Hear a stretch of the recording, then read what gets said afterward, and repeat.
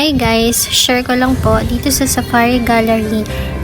As per katiwala dito sa Safari Gallery, ito daw pong mga animals na ito ay yung mga napapatay ni Manong Shabit sa ibang bansa at inuuwi niya dito sa Pilipinas. Ito daw po ay pinipreserve nila para sa exhibit dito sa gallery.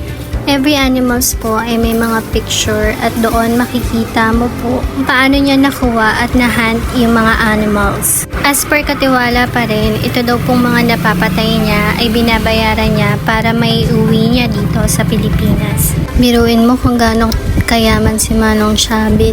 Lalo na tong malaking elepante na to, siguro milyon ang halaga nito. Mapapasana all ka na lang talaga. Nakakamanghalang kasi kapag tinitigan mo po ng malapitan yung mga animals, akala mo buhay pa sila. At yun lang po na i-share ko lang. Maraming salamat sa panonood.